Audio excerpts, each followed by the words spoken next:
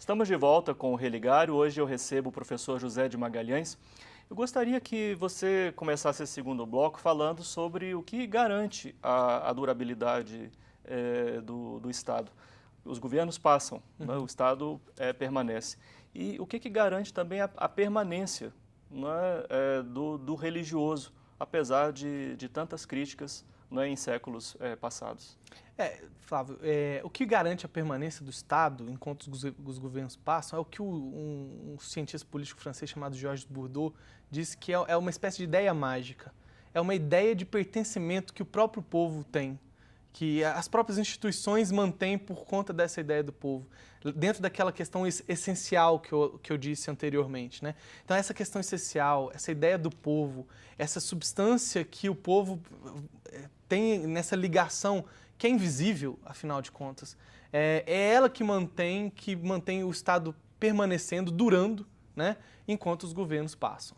No caso da religião, eu poderia dizer que é basicamente a mesma coisa. A religião que dá um pertencimento ainda maior que o Estado, né? É por isso que nós vemos tantas agremiações religiosas com tantas pessoas querendo lutar tanto por elas, porque esse pertencimento invisível, ele acontece. Essa ideia de que a religião é importante, de que liga tanto as pessoas entre elas, quanto as pessoas a algo maior.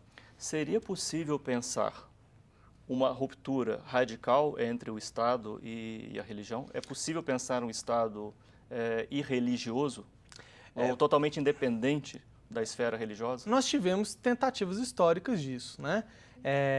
Se nós pensarmos no comunismo russo, soviético, na União Soviética, a tentativa foi exatamente essa. No meu trabalho, eu encontrei cartas de um literato russo, que eu esqueci o nome agora, me perdoe, para o Stalin, ensinando ao Stalin como retirar as religiões do seu campo institucional. Mas essa tentativa, ela é por demais artificial. E quando ela é artificial, quando ela não tem substância, o que acontece é uma panela de pressão. Uma hora, essas coisas voltam a acontecer historicamente, porque elas são muito importantes, e aí nós teríamos novamente um processo religioso intenso, né? É só a gente ver o caso da Rússia, propriamente hoje. A Rússia tentou sufocar a religião durante muito tempo, e agora a Igreja Ortodoxa tem uma grande força dentro da política russa. O parlamento russo chegou a aprovar, teve veto do presidente Boris Yeltsin em 96, mas o parlamento russo chegou a aprovar que qualquer religião, a não ser a ortodoxa, que quisesse entrar na Rússia, deveria passar pelo crivo da Igreja Ortodoxa. Para você ver como é a força da Igreja Ortodoxa hoje na Rússia. Então, essa tentativa de fazer um Estado completamente desvinculado da religião, dentro do panorama, o contexto social que nós temos de pessoas religiosas, é um contexto que eu considero historicamente realizável. Tem um historiador chamado Sérgio da Mata que ele diz o seguinte: a regra histórica é que Estado e religião, ou que política e religião, talvez isso seja o mais adequado, que política e religião estejam em constante diálogo. A exceção é o ateísmo de Estado. E essa exceção é que precisa ser justificada, já que historicamente o que nós temos é outra coisa, né? Sim. E o inverso, né? Os riscos, né? Pode ser o caso russo, como você citou, mas outros tantos, né? Do religioso ou de uma tradição, né, que se transforma em hegemônica, ou que seja hegemônica, né, passar a direcionar as decisões do Estado. Quais são os limites?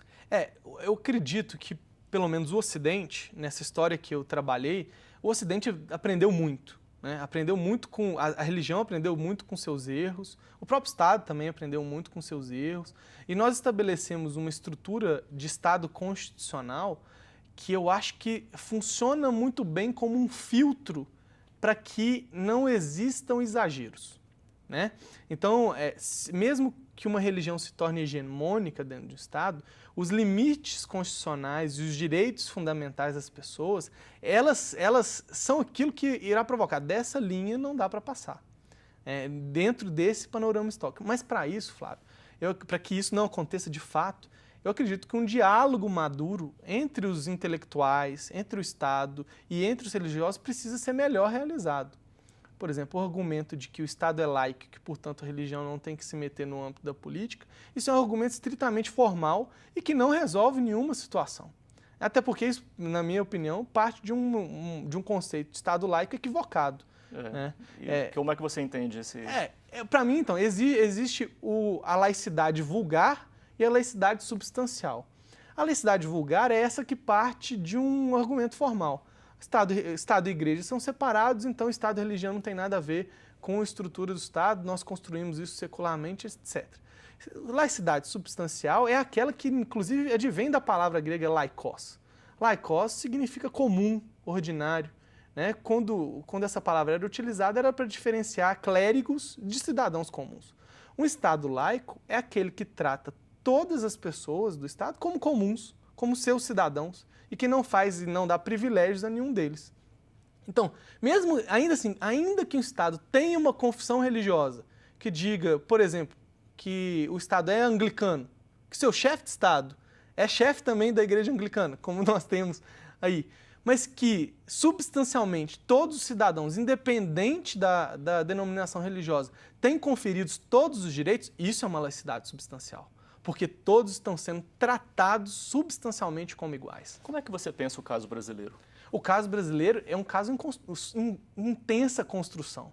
Por quê? Porque hoje a gente ainda trabalha muito do esquema da laicidade vulgar. Veja bem, retirar símbolos religiosos de locais públicos e etc., isso é uma questão, na minha opinião, que pode vir a acontecer, mas que é formal, né? O que é mais importante é que o Estado realmente trate todas as pessoas como pessoas, cidadãos do seu próprio Estado, né? Porque também dentro desse panorama, a religião não é só, Flávio, uma escolha individual. A religião, dependendo da sua tradição, se torna patrimônio cultural. Então veja bem, o catolicismo, na sua longuíssima duração, ele não é só uma religião de determinadas pessoas que escolham ser católicas ou que foram criadas no catolicismo. Sim. Mas ele é um patrimônio cultural da humanidade. E negar esse patrimônio cultural da humanidade às coisas públicas, eu acho que é um equívoco imenso. Isso faz parte da nossa história, né? Não só do catolicismo, mas de outras tradições religiosas também, que são efetivamente tradições que perduram aí por 300, 400 anos ou milênios, né? Isso são tradições religiosas robustas, propriamente ditas. Então isso configura patrimônio cultural e isso é muito importante que nós mantenhamos. O caso brasileiro é uma tentativa de uma laicidade vulgar. Nós vemos aí o Ministério Público tentando ações para retirada de símbolos religiosos. Inclusive, existem trabalhos monográficos e dissertações que questionam a concessão pública para TVs de confissão religiosa, o que, na minha opinião, só mostra o mau entendimento da questão da laicidade. A laicidade precisa ser substancial, ela precisa dar o tratamento igual a todas as pessoas e não simplesmente negar. Sim, né? E algo assim bem concreto, quando a gente vê, por exemplo, no Congresso, a emergência de grupos religiosos que se articulam não é? e negociam. Que tipo de legislação, que tipo de liberdades, que tipo de alteração poderá ser votada ou não em termos de costumes, de direitos. Isso estaria também no âmbito de uma laicidade vulgar? Nesse caso, eu acredito que, por exemplo, a formação de uma bancada religiosa, isso também existem distorções no Brasil, né? Mas de religiosos no Congresso Nacional, isso tudo faz parte de um debate que existe também na sociedade civil. Veja bem, se as pessoas são religiosas, eu sou a favor de um contato religião e política. Eu acho que isso faz parte, inclusive, é extremamente democrático, né? Se as pessoas votam em outras pessoas por conta da sua representatividade religiosa e elas querem que isso seja repassado em questão de leis, isso é um debate que nós precisamos fazer no âmbito do jogo democrático. Né? Existem interpretações diferenciadas sobre questões constitucionais dependendo da visão de mundo que nós tenhamos. Isso vale tanto para as religiões como para as ideologias políticas. Por que não as religiões não podem também fazer essa disputa, já que os compromissos éticos das religiões não se deixam privatizar? Veja bem, a gente vê que as religiões, e o catolicismo tem grande parte disso, foram pioneiras de vanguarda nas questões de justiça social. Por que não realizar isso no âmbito da política estrito sensu. Isso, na minha visão, tentar abafar isso é autoritarismo. Agora, nós temos os nossos limites constitucionais. Não é possível que as religiões ou que os representantes das religiões no Congresso tentem superar ou esquecer esses limites constitucionais. Os limites constitucionais estão lá, os direitos das pessoas estão lá.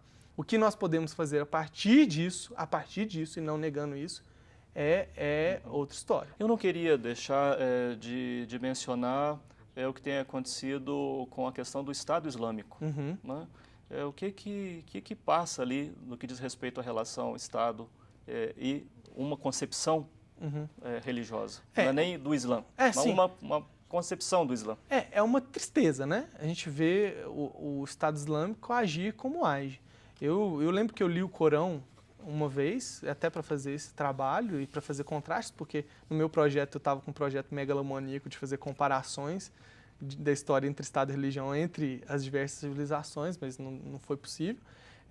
E no Corão é muito claro, Maomé diz, matar um homem é como matar a humanidade. Então, eu acredito que o espectro da violência, o ressentimento com outros povos, estão tão introjetados naquelas pessoas que eles simplesmente resolveram deixar de lado compromissos éticos sérios do islamismo para poder realizar um ato de violência que era próprio dessas próprias pessoas.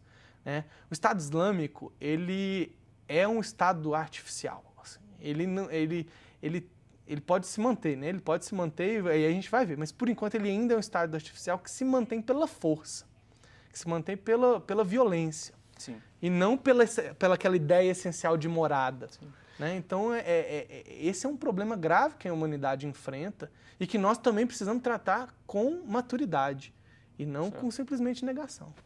Muito obrigado pela sua participação aqui conosco. Obrigado, eu. O Religare é um projeto de extensão do Programa de Pós-Graduação em Ciências da Religião da PUC-Minas.